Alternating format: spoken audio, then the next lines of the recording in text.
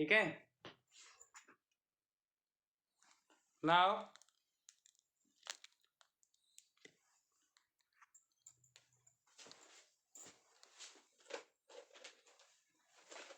Right on heading. Sir इतना सारा पढ़ा दिया? ये तो कल का टेस्ट है बच्चे, पढ़ाया थोड़ी है ये। अच्छा हो, मेरे को लगा पूरा बोर्ड भर दिया आपने। नहीं नहीं,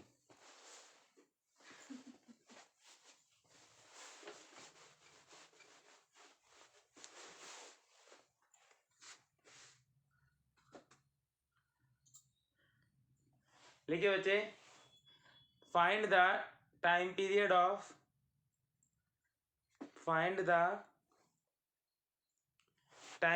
of oscillating cylinder. Find the time period of oscillating body. Find the time period of oscillating body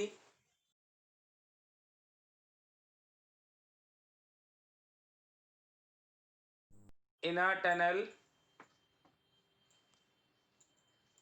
along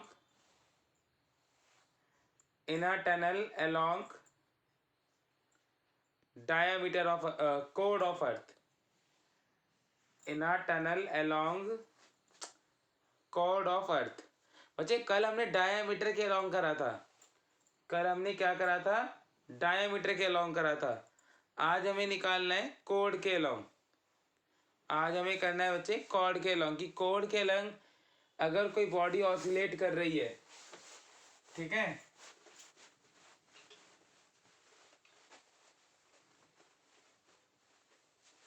देखिए बच्चे फिगर,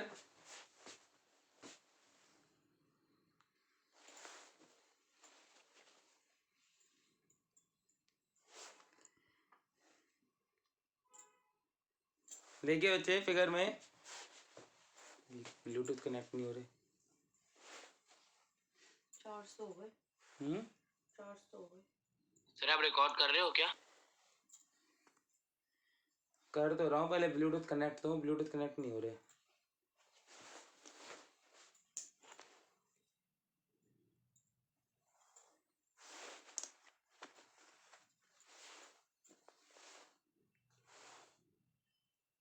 अच्छा ये तेरे से कनेक्ट हो रहा है? तेरा मोबाइल रखा है क्या कहीं? मेरा तो कमरे में चार्ज। ये तेरे मोबाइल से कनेक्ट हो जा रहे हैं हमारे।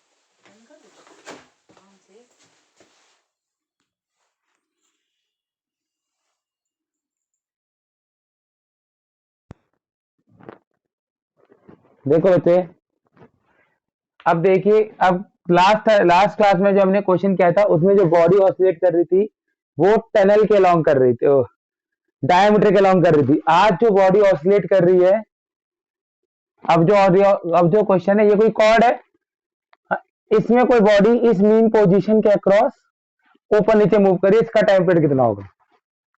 देखिए बच्चे कैसे निकालेंगे। लेटेस्ट ये थोड़ा डायग्राम थोड़ा बड़ा सा बनेगा।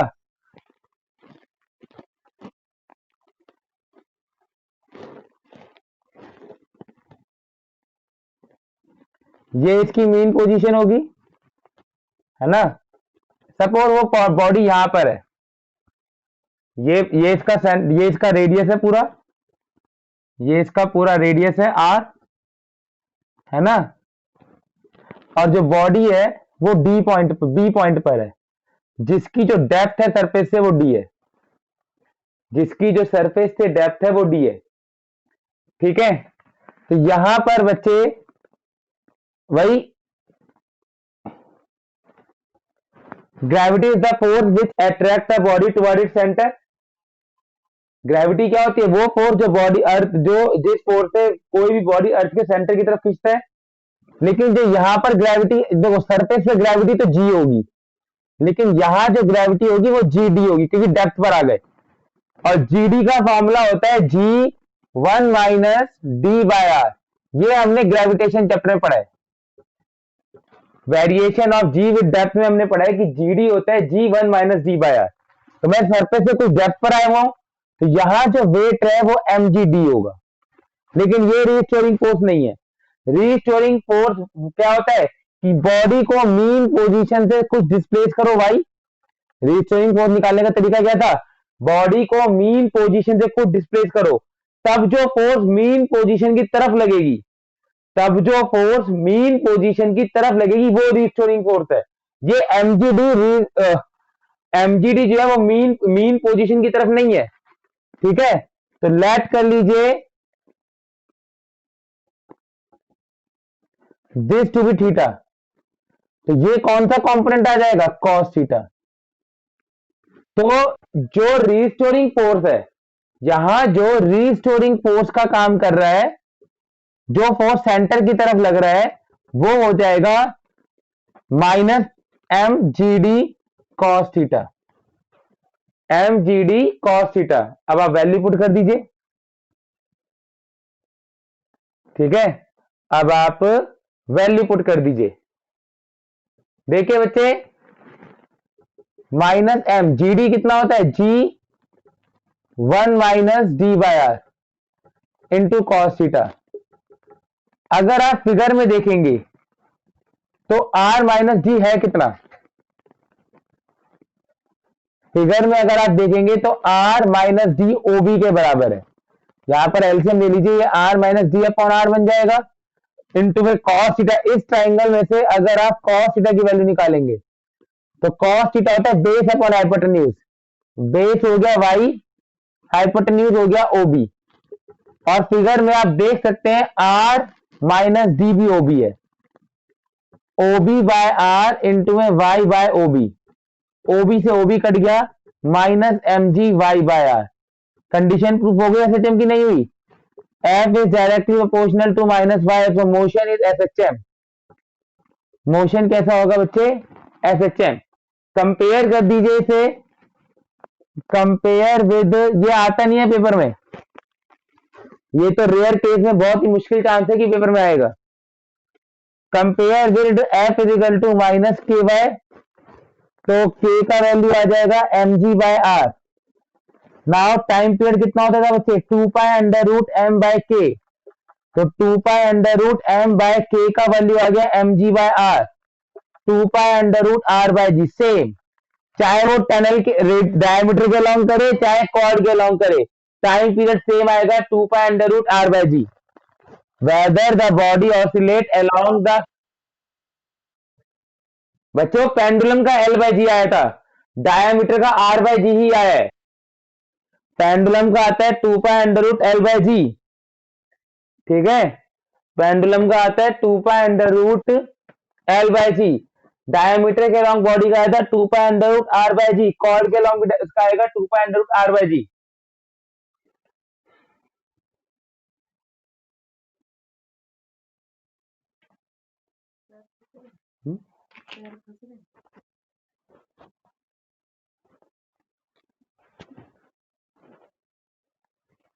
दिख रहा है, पैर कितना बड़ा होएगा,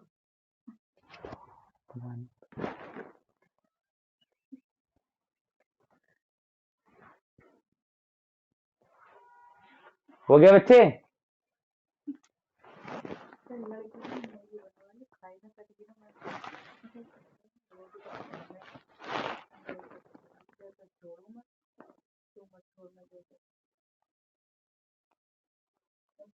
anybody any doubt can ask. Sayansh Pranay clear है बच्चे,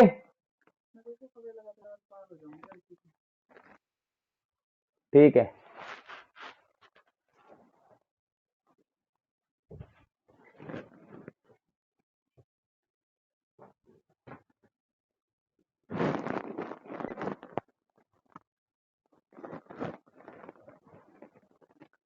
अदिति समझ आ गया बच्चे, पहले बार कल वाली वीडियो देखी थी ऑसिलेशन की, ठीक है,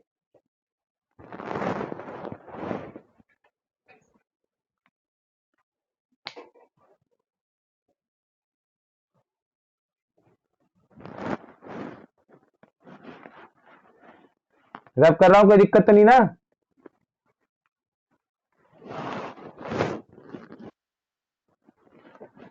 लिखे बच्चे, find the time period of oscillating fluid in a U shaped tube. Important लिखना इसे। Find the time period of oscillating fluid in a U shaped tube. Time period of oscillating fluid in a U shaped tube. देखिए बच्चे, ये आपके oscillating fluid in U shaped tube, ये आपके पास एक U shaped tube है।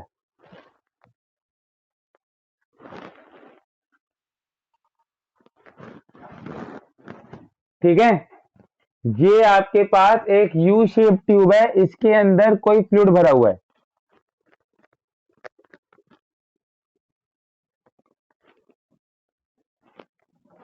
H height तक, ये एल हाइट तक ले लो, कुछ भी ले लो जो तुम्हारा मन करे।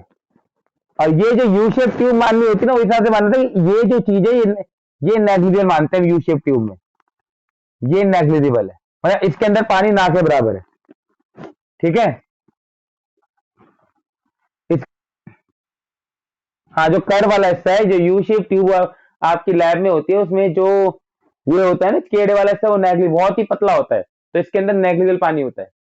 इस फ्लूइड की डेंसिटी रो थी, इसका क्रॉस सेक्शनल एरिया ए था, ट्यूब का क्रॉस सेक्शनल एरिया ए था, इसे दोनों जगह से एटमॉस्फेयर दबा रहा था, तो ये नहीं हिलेगा, तो ये नहीं हिलेगा दोनों जगह। लेकिन अगर आपको वही कंडीशन है बार बार कि अगर आपको टाइम पीरियड निकालना है, तो आपको ये इसकी मीन पोजीशन हो गई, ये क्या इसकी एक तरीके से मीन पोजीशन। अगर आपको टाइम पीरियड निकालना है तो कोई किसी भी चीज को उसकी मीन पोजीशन से वाई ऊपर नीचे करके देखना होता है, या तो नीचे कर दो या ऊपर, वो आपकी मर्जी होती है। तो सपोज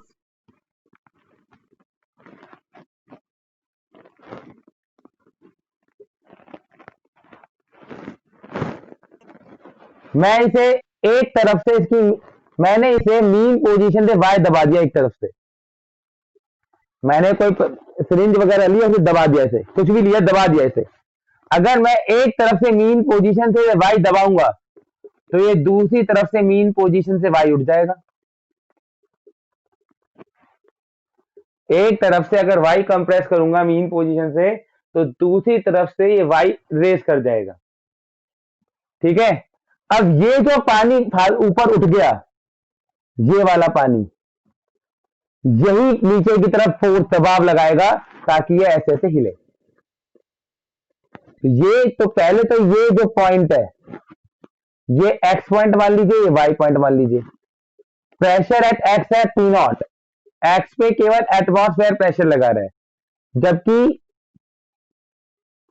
प्रेशर एट वाई कितना है, atmosphere plus pressure of fluid in 2y height. ये टोटल हाइट कितनी हो गई, 2y। भाई यही जो फ्लूइड फालतू है, यही फोर्स लगा रहा है नीचे की तरफ कि मैं ऐसे ऐसे हिलूंगा। ये जो फ्लूइड यहां फालतू है, यही फोर्स लगा रहा है कि मैं ऐसे ऐसे हिलूंगा। ठीक है, जो ऊपर चला गया, P not plus rho g h, P not plus rho ji 2y। तो प्रेशर डिफरेंस कितना है, P let to be pressure difference, जिसकी वजह से फ्लूइड फ्लो करता है, क्योंकि फ्लूइड हमेशा प्रेशर डिफरेंस की वजह से फ्लो करता है। अगर प्रेशर सेम होगा तो फ्लूइड फ्लो नहीं करेगा, फ्लूइड हमेशा प्रेशर डिफरेंस की वजह से फ्लो करता है, तो वो होगा P Y minus P X. तो P not plus rho ji 2y minus P not rho ji 2y। But restoring force F, minus तो अपने आप लगा दिया, रीस्टोरिंग वर्ड आते ही बच्चे, फोर्स होता है प्रेशर इंटू एरिया, तो ये आ जाएगा प्रेशर डिफरेंस इंटू में एरिया, तो माइनस में rho ji 2y into a minus rho g a 2 rho A g y. ठीक है, तो आपको दिखाई दे गया F directly proportional minus y के। अगर आपका एफ माइनस वाई के प्रोपोर्शनल आ जाता है कैसे भी, तो आंख बंद करके आप कह सकते हो मोशन इज एसएचएम। आंख बंद करके आप ये कमेंट लिख सकते हैं कि मोशन कैसा होगा, एसएचएम। और अगर मोशन एसएचएम होता है तो we can compare with F is equal to minus K Y. तो दिस एम्प्लाइज के हो जाएगा 2 rho A G, and time period होता है बच्चे 2 pi under root M by K. 2 pi under root M by K कितना है, 2 rho A G. Let it to equation 1। वैसे यहां पर डाल दीजिए आप के की वैल्यू आपने 2 रो ए जी पुट कर दी। मास कितना होता है, density into volume, density into volume. Let it to be equation 1। तो अब आपको निकालना है कि इस ट्यूब के अंदर कितना पानी का वॉल्यूम है। तो बच्चे नाउ वॉल्यूम कितना आएगा बच्चे, मुझे यहां वॉल्यूम पुट करना है। वॉल्यूम होता है डेंसिटी तो कट गया, वॉल्यूम होता है एक। अगर देखो सपोज करो आप इस पाइप को खोल लो, सीधा कर लो, मैंने इस पाइप को खोल लिया, ऐसे खोल के सीधा कर लिया, तो इसके अंदर कितनी हाइट तक पानी है, एल इधर 12 हाइट तक पानी है। तो इसका जो वॉल्यूम है वो होता है area into height, area into height, A into में 12 पुट इन 1। क्योंकि ये वाला वॉल्यूम तो नेग्लिजिबल है, मैं पहले के लेके चल रहा हूं, ये वाला वॉल्यूम तो नेग्लिजिबल है। इसमें जो पानी है एल हाइट इधर है, एल हाइट इधर है, ठीक है। तो इसको 1 में अगर आप पुट करेंगे तो टाइम पीरियड आ जाएगा 2 पाई अंडर रूट, वॉल्यूम आ गया ए इंटू 12 अपॉन में 2 ए जी, ये आ जाएगा 2 pi under root L by G. Time period आ जाएगा 2 pi under root L by जी।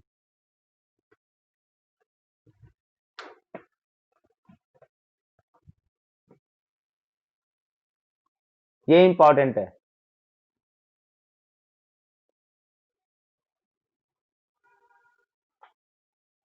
बस एक कंडीशन जरूर ध्यान रखनी है कि भैया कुछ हो जाए, अगर टाइम पीरियड निकालना है तो मुझे मीन पोजीशन से हटा वाई डिस्प्लेस करके देखना ही पड़ेगा।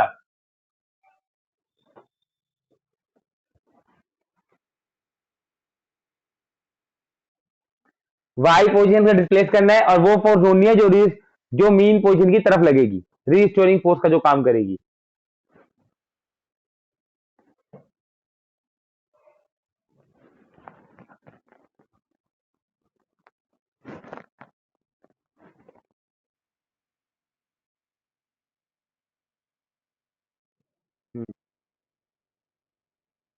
नहीं भाई, ये सब तो कट गया ना, उसमें केवल ये लिखा होगा एक यू शेप ट्यूब है जिसके अंदर एल हाइट तक पानी है, बस।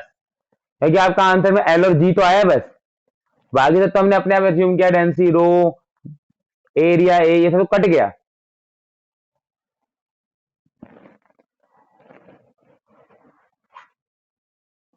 अब लिखिए बच्चे, very very very important question. आप बच्चे सब, हाँ नोट करो।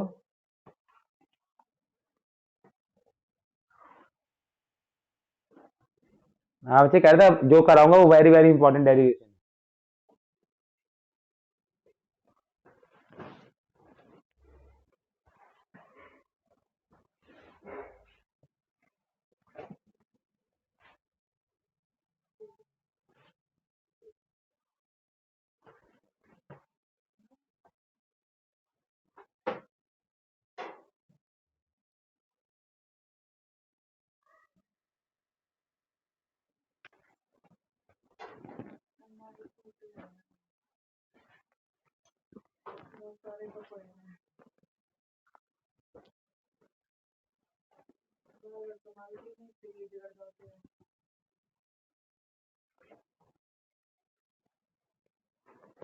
हो गया।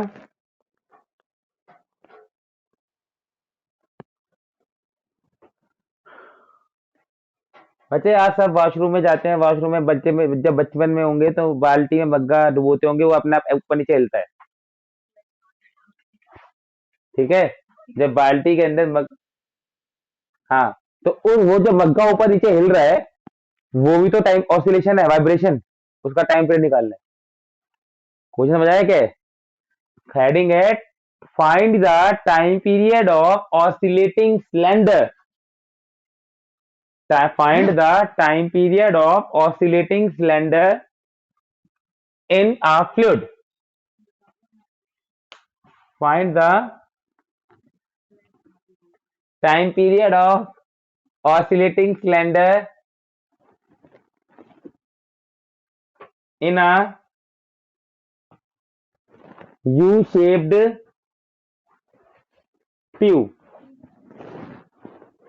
Oh, in a fluid. U-shaped tube नहीं, in a fluid. नहीं, ये तो हो गया नहीं, ये वाला तो हो जाता है, ये तो मुश्किल है।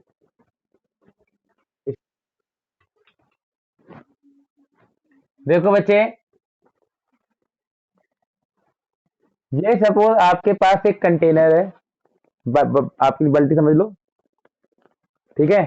इसके अंदर पानी भरा हुआ है, पानी का डेंसिटी रो है।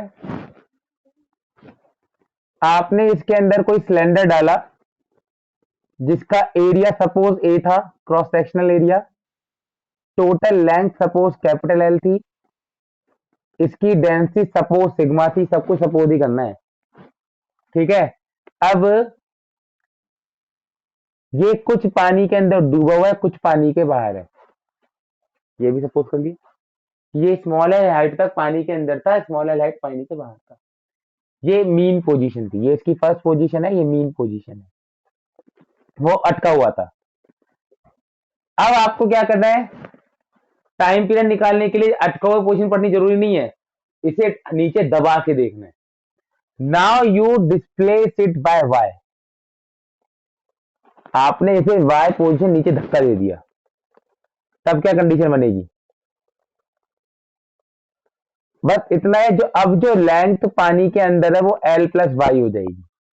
आपने इस लिक्विड, इस बॉडी को मीन पोजीशन से वाई तक नीचे धक्का दिया, काम तभी चलेगा जब वाई डिस्प्लेस करेंगे, ठीक है। तो अब रिस्टोरिंग फोर्स कौन सी होगी? जो इसे ऊपर की तरफ धकेलेगी। मैंने नीचे की तरफ पुश किया है ना, तो रिस्टोरिंग फोर्स कौन सी होगी? जो ऊपर की तरफ धकेलेगी। ऊपर की तरफ कौन सी फोर्स धकेलती है? BIND force. यानी कि यहां जो रिस्टोरिंग फोर्स है वो बायएंड फोर्स से निकलेगी। लेकिन यहां एक कलेश और है, एक कलेश ये है कि यहां बायएंड फोर्स तो पहले भी लग रही थी, हाँ या ना? यहां पर बायएंड फोर्स तो पहले भी लग रही थी, अब बायएंड फोर्स और ज्यादा लगेगी, है ना? तो सपोज करता हूं कि ये बायएंड फोर्स 10 न्यूटन थी, अब जो बायएंड फोर्स है वो 15 न्यूटन है, तो रीस्टोरिंग फोर्स कितनी है? 10, 15 या 25? मेरी बात समझने की कोशिश करना बच्चे, कि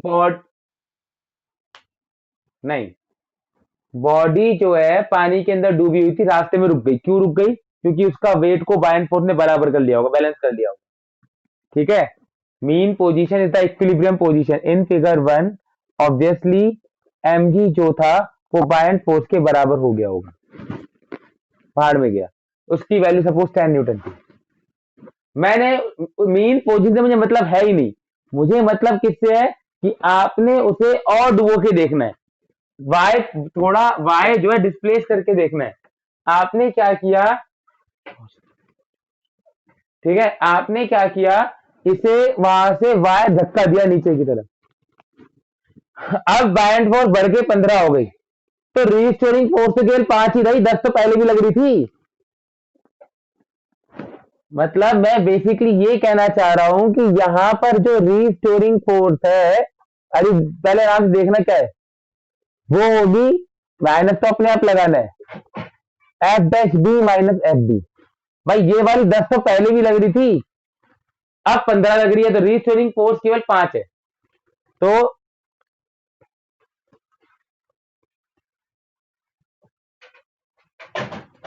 ये हो जाएगी माइनस में F dash B minus F B.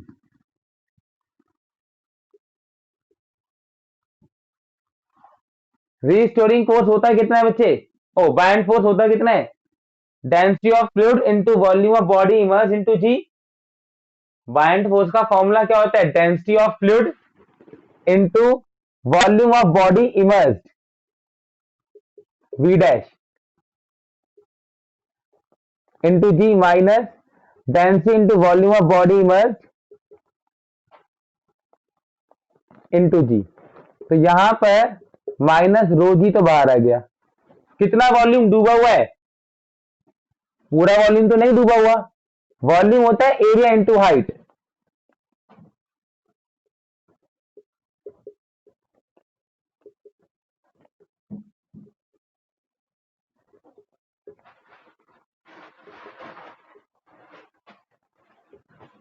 Minus rho जी।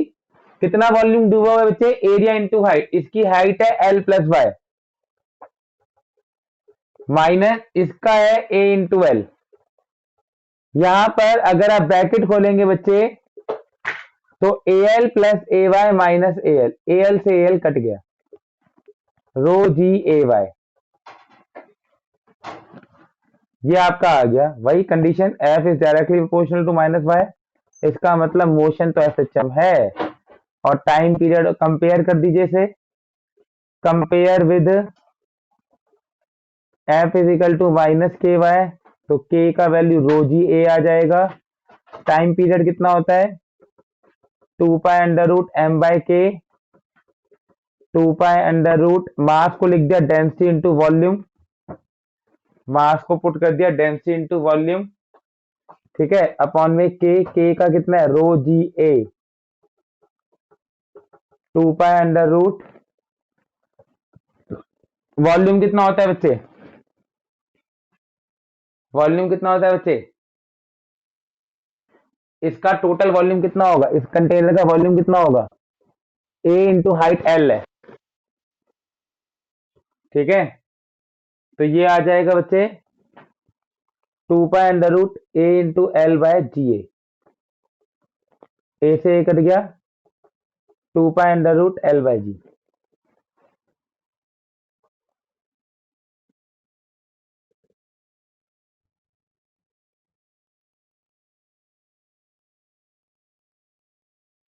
अभी आंसर एक आया है, इसके दो आंसर आते हैं, पहले दूसरा भी देख लो। एक तो आपका ये आ गया,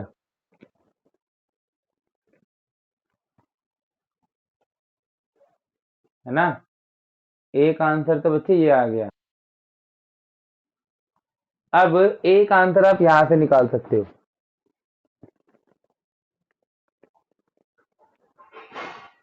देखो इक्विलिब्रियम में mg बायन फोर्स के इक्वल है, मास अगेन डेंसिटी इनटू वॉल्यूम के बराबर होगा। बॉडी की डेंसिटी सिग्मा है, वॉल्यूम वॉल को लिख दिया।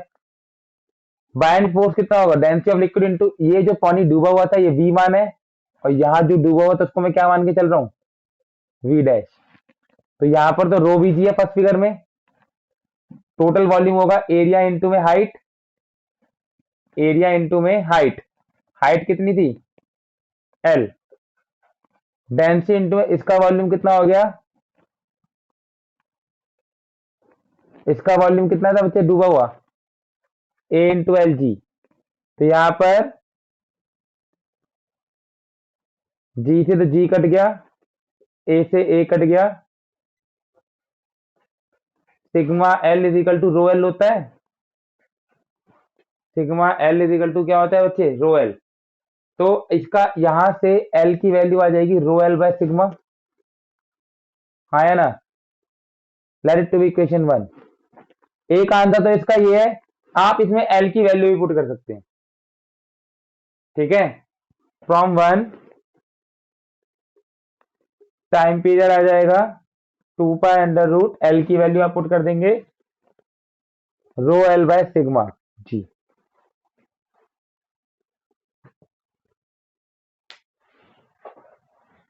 एक बार दोबारा देखते हैं बच्चे क्या क्या करना था इस डेरिवेशन में।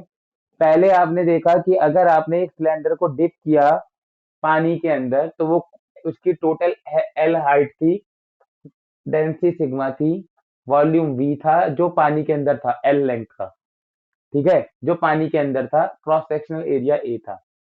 तो इस कंटेनर का पूरा वॉल्यूम हो जाएगा एरिया इंटू में हाइट। अब ये रुका हुआ क्यों था? क्योंकि वेट और होंगे, ये रुका क्यों था? क्योंकि वेट और बायन फोर्स बराबर हो गए, mg और बायन फोर्स बराबर हो गए। मास क्या होता है? डेंसिटी इंटू वॉल्यूम, ठीक है, into G is equal to buoyant force क्या होता है? Density of liquid into volume of body immerse into G. कितना वॉल्यूम डूबा हुआ था? A into small L, G से जी कट गया, A into small L, A से ए कट गया, यहाँ से आपको एल की वैल्यू मिल गई, ठीक है। कुछ गलत मेरा पता है आंसर कुछ गलत सा आ रहा है, मुझे ऐसा क्यों लग रहा है पता नहीं, कहीं ना कहीं गड़बड़ कर चुका हूँ मैं। देखते हैं आपको गड़बड़ मिलेगी इसका, क्योंकि यहाँ पर ना स्मॉल एल आता है, मुझे इतना पता है, ये कैपिटल एल आ रहा है, गलत आ रहा है। रीस्टोरिंग फोर्स कितना होगा बच्चे? अब ऊपर की तरफ सपोज यहाँ पर 10 न्यूटन का फोर्स लग रहा है, यहाँ सपोज 15 न्यूटन का लग रहा है, तो रीस्टोरिंग फोर्स होगी F dash B minus F B, F dash B minus F B. तो रीस्टोरिंग फोर्स लगा दी F dash B minus F B. Buoyant force का फॉर्मूला क्या होता है? Density of liquid into volume of body immerse into G minus density of liquid into volume of body immerse into G. Rho G common आ गया, volume of V dash minus V आ गया। वो V dash कितना होता है? Volume area into height. इसमें कितना height डूबा हुआ था? L plus Y, A into L plus Y, minus में इसका कितना था? A into L. जो आपने यहाँ पर वॉल्यूम इमर्स में यूज किया था वही आएगा, ए एल से एल कट गया, रो जी ए वाई, तो मोशन एस एच एम हो गया, F is equal to minus K Y आ गया, के का वैल्यू ये आ गया। टाइम पीरियड होता है 2 पाई अंडर रूट में एम बाई के। एम मास किसका? सिलेंडर का। सिलेंडर का मास कितना होगा? अच्छा यही यहाँ गड़बड़ है बच्चे, सिलेंडर का मास होगा डेंसिटी इंटू वॉल्यूम, सिलेंडर की डेंसिटी सिग्मा है, सिलेंडर की डेंसिटी जो है वो सिग्मा है, ठीक है। तो ये रो कटेगा नहीं यहां से, तो यहां से आ जाएगा बच्चे सिग्मा, वॉल्यूम को डाल दिया एरिया इंटू हाइट, ए से ए कट गया, ये आ गया sigma L by rho G, sigma L by rho G, ये एक फॉर्मूला आ गया, ठीक है।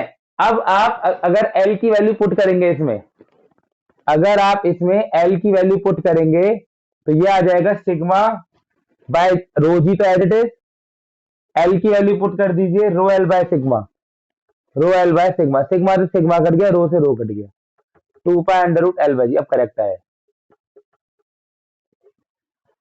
2 pi under root L by जी।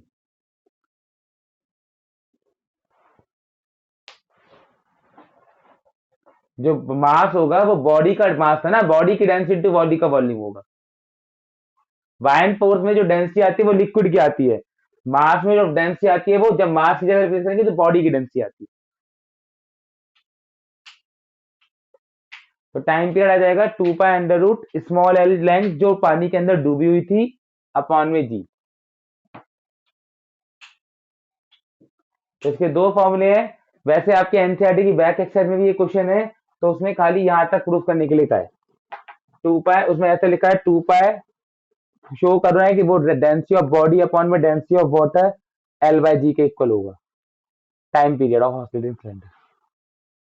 तो भैया बच्चे बॉडी की डेंसिटी रो बी है, पानी की डेंसिटी रो डब्ल्यू है, ये आपके बैक एक्सरसाइज में क्वेश्चन है।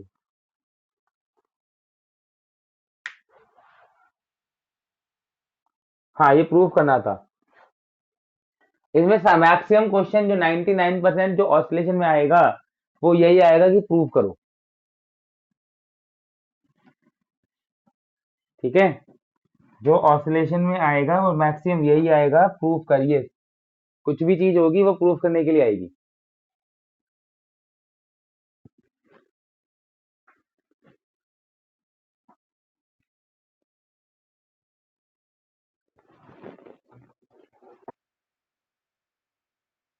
हाँ रो डेंसिटी ऑफ फ्लूइड है, सिग्मा डेंसिटी ऑफ बॉडी है।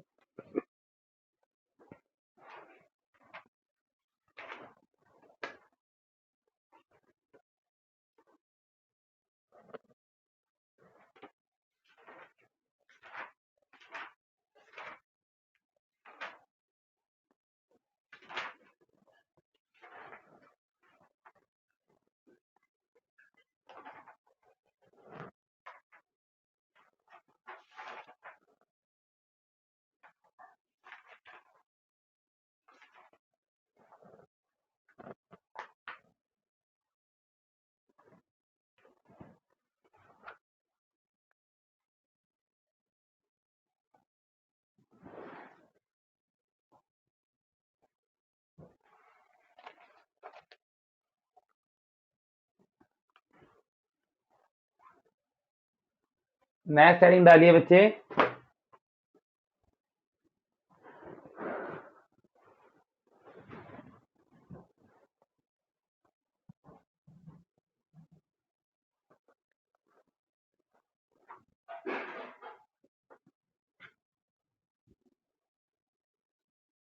किसी को भी डाउट है तो बच्चे पूछ लो।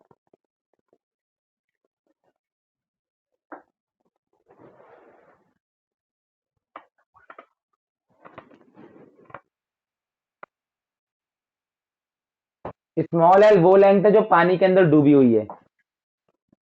Capital L total length of cylinder है।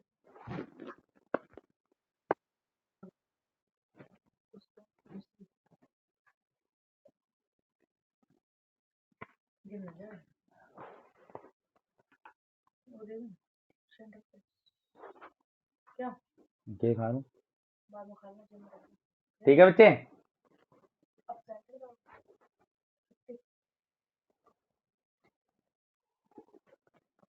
लिखिए बच्चे।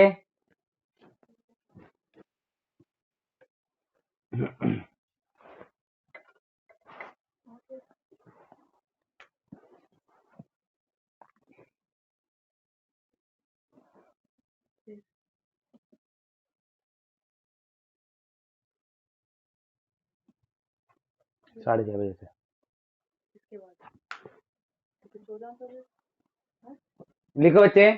ले लेना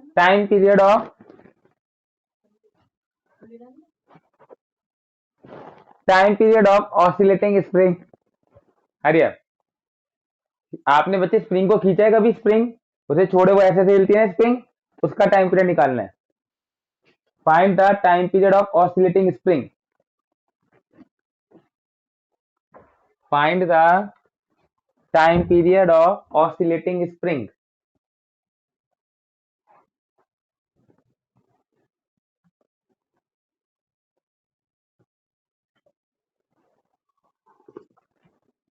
ये रब कर दो बच्चे।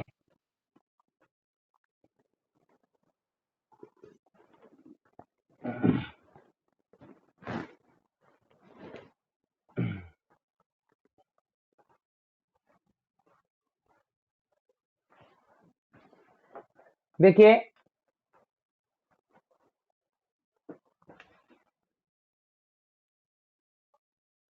ये आपकी एक नॉर्मल स्प्रिंग है। आप इससे लटक गए, कोई बक्सा इससे टांग दिया, वो खिंच गई तो कोई बात नहीं, वो एल लेंथ खिंच गई लेकिन ऑसिलेट नहीं करेगी। अगर आप कोई मास इससे टांगेंगे तो ये ऑसिलेट नहीं करेगी। ठीक है। हाँ इसके बाद अगर नहीं, अभी तो आपने खाली टांग दिया तो वो थोड़ी खिंच के रुक जाएगी। ये होगी इसकी मीन पोजीशन, ये हो जाएगी इसकी मीन पोजीशन या इक्विलिब्रियम पोजीशन। इसके बाद अगर आप इसे खींचोगे तो ये ऐसे से हिलेगी। मीन पोजीशन से अगर आप और इसे वाई खींचोगे तो इसके बाद ये ऊपर नीचे हिलेगी। तो देखिए यहां पर कुछ रीस्टोरिंग फोर्स थी F1, यहां पर कुछ रीस्टोरिंग फोर्स है F2। ठीक है। स्प्रिंग के अंदर तो थोड़ा सा खींचते रीस्टोरिंग फोर्स डेवलप हो जाती है। Sayansh what is the formula of restoring force in spring?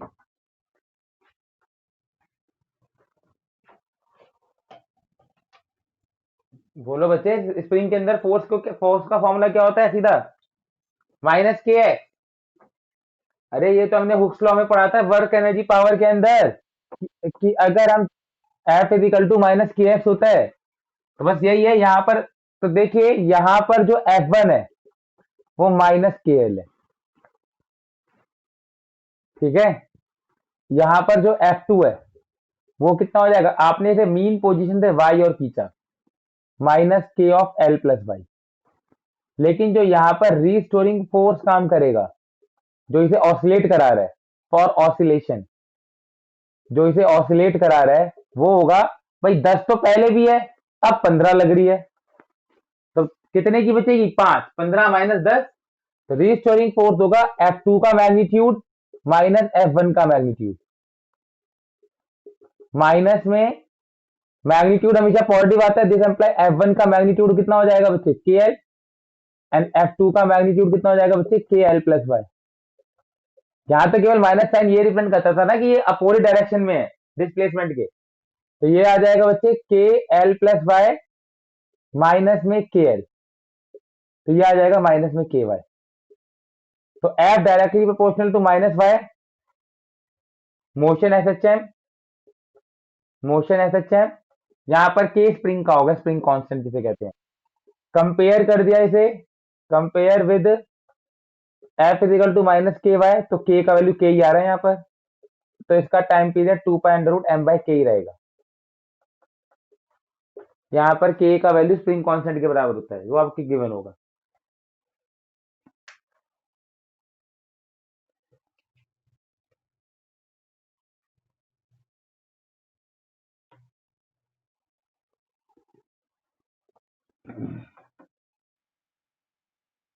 हाँ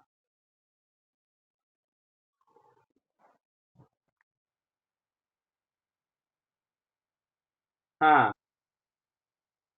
हम्म।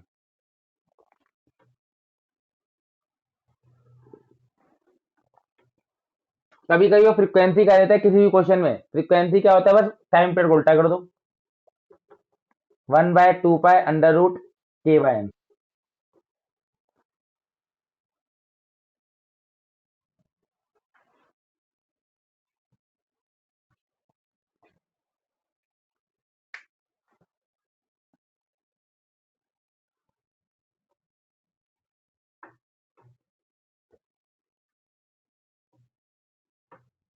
किसी के बाद रिलेटेड सिलेबस पे पढ़ना, वेव्स में क्या करना है, वेव्स तो बहुत सारा कट गया शायद, वेव्स तो आधा चैप्टर कटा हुआ है, ये चैप्टर एंडिंग पे आ गया ऑसिलेशन।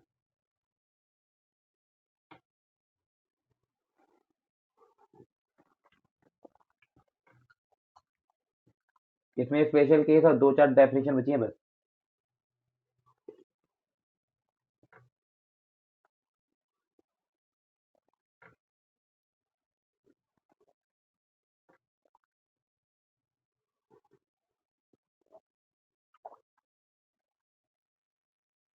हम्म।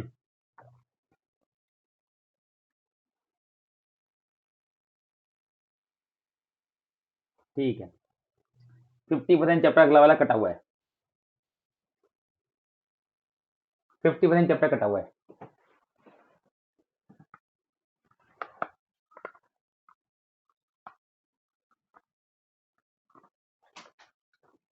तो मैं कोशिश करूंगा, स्प्रिंग के स्पेशल केस और 2-4 डेफिनेशन है बस, आज मैं स्प्रिंग के स्पेशल केस कराता हूँ बस। देखिए बच्चे, स्पेशल केसेस इन स्प्रिंग, तो कल मैं सिलेबस खत्म करा दूंगा, कल मैं वेव कोशिश पूरी करूंगा कि वेव्स निबट जाए।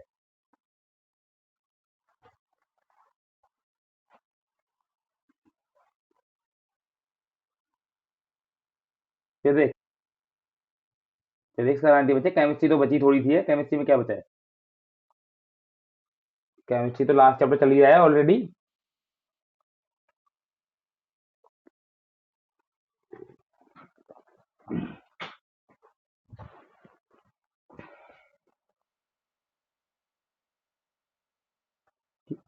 फिजिक्स में केमिस्ट्री तो चलेगी अभी 2-3 क्लास।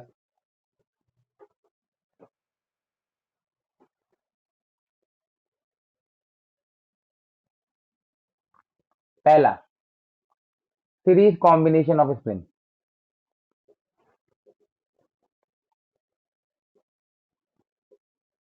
देखो बच्चे, अगर स्प्रिंग एक के नीचे एक कनेक्ट हो, इसका स्प्रिंग कांस्टेंट K1 है, इसका स्प्रिंग कांस्टेंट K2 है, एक के नीचे एक स्प्रिंग बंधी हुई है किसी मास पे, ठीक है,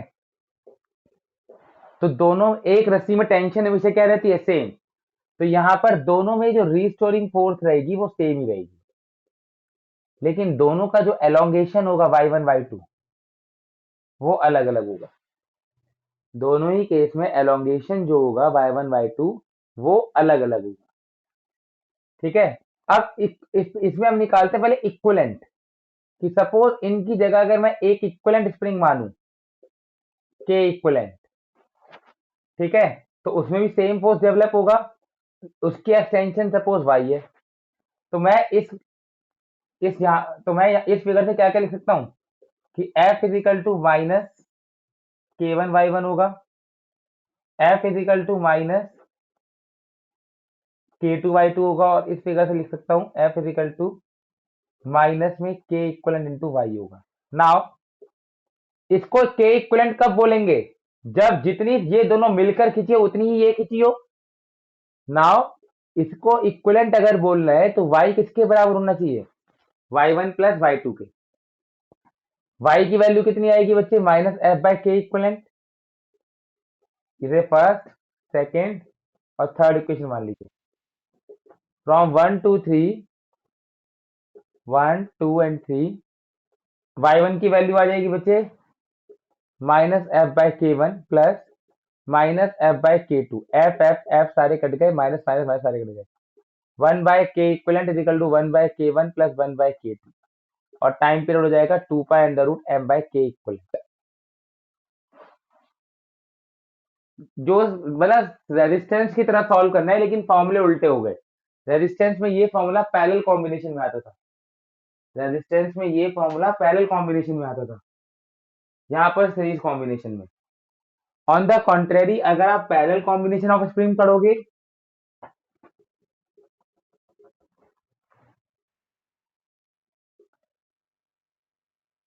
हाँ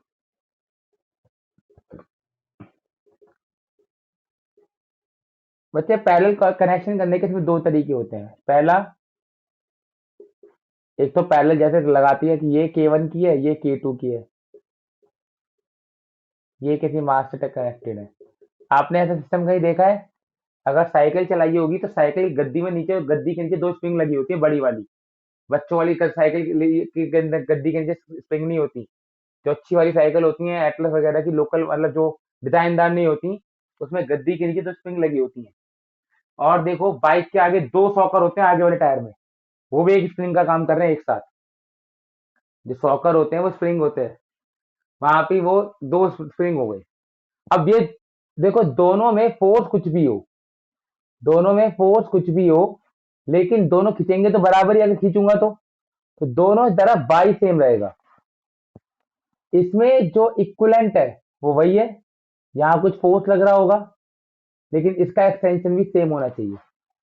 तो यहां पर होगा क्या, यहां पर F1 F2 मिलकर mg को ओवरकम कर रहे थे, यहां पर केवल F यहां पर केवल F है, तो F जो है वो F1 प्लस F2 के बराबर होना चाहिए। अब फोर्स होता कितना है बच्चे, माइनस के वाई, ये K equivalent minus K equivalent into Y minus K one into Y plus minus K two into Y. तो यहां से के इक्वलेंट आ गया K one plus K two, time period आ जाएगा 2 pi under root M by K equivalent.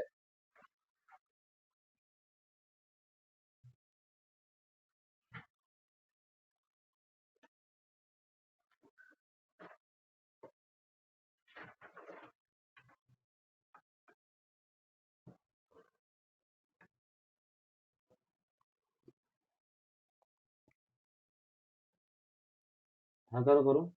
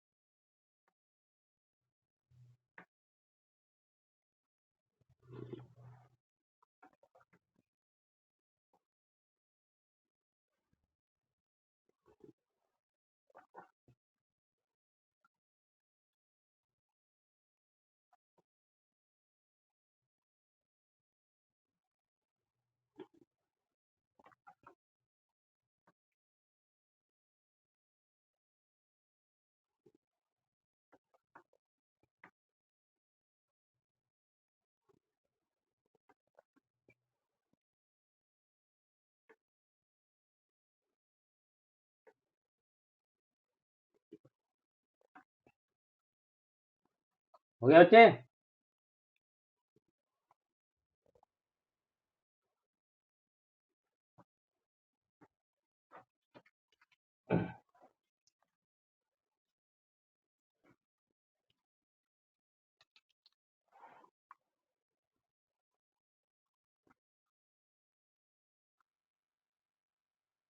नहीं नहीं,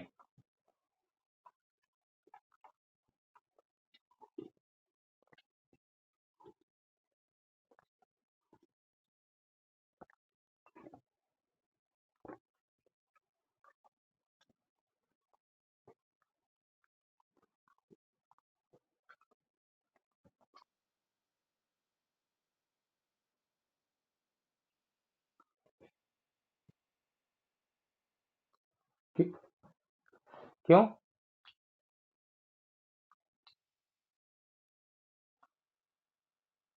हाँ,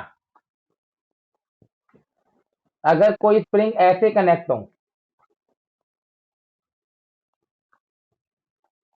तो ये भी पैरेलल कॉम्बिनेशन होता है।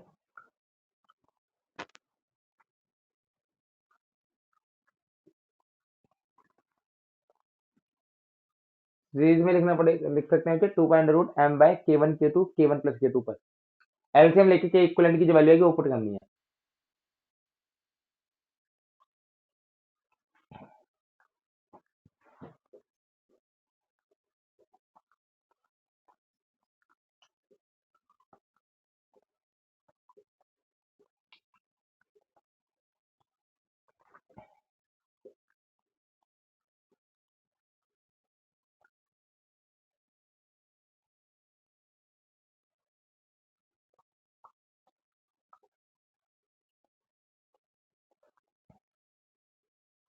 इसका टाइम पीरियड निकालना ऑसिलेशन का।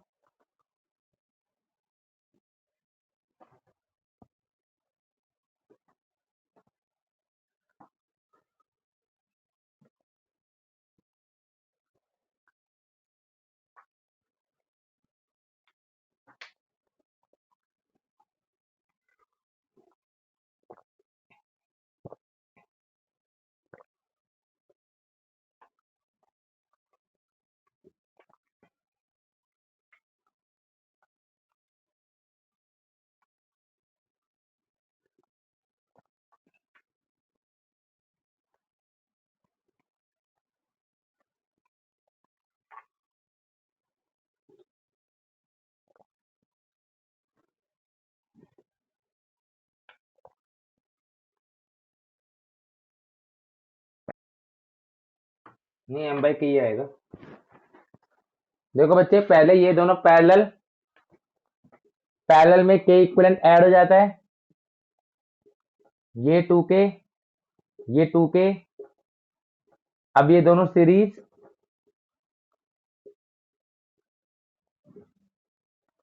में 1/k इक्विवेलेंट 1/k1 + 1/k2 के इक्विवेलेंट के आ गया। टाइम पीरियड होता है 2 π√m/k इक्विवेलेंट, के इक्विवेलेंट की वैल्यू के है।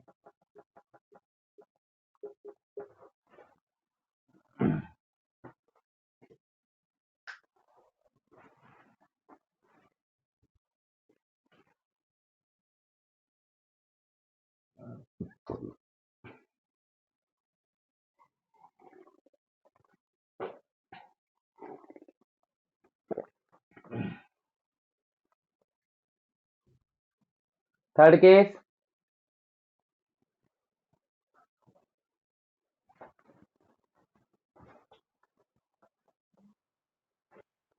ये बस आप ऐसे याद रख लेना दो दो चीजें।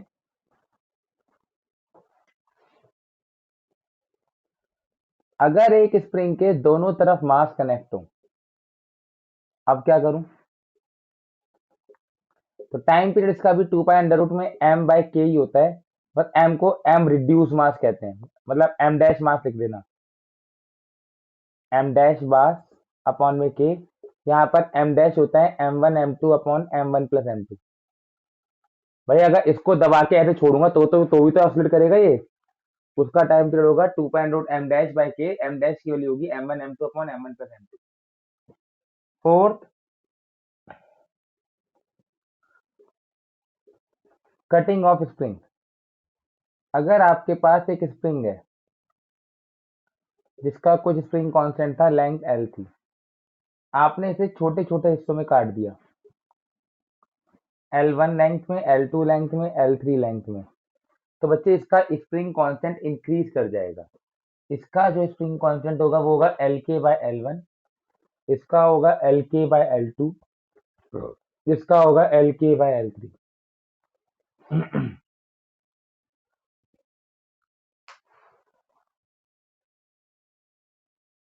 इसके हम क्वेश्चन नेक्स्ट क्लास से शुरू करेंगे, ठीक है।